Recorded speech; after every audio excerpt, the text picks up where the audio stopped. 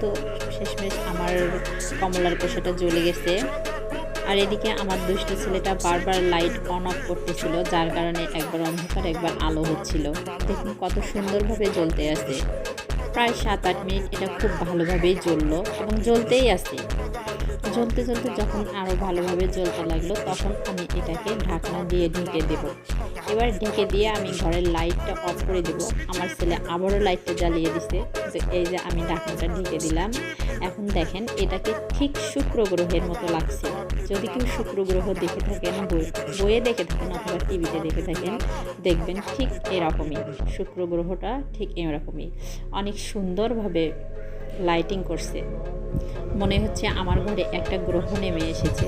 খুব ভালো লাগলো, আমার ছেলেও অনেক খুশি হয়েছে এটা দেখে।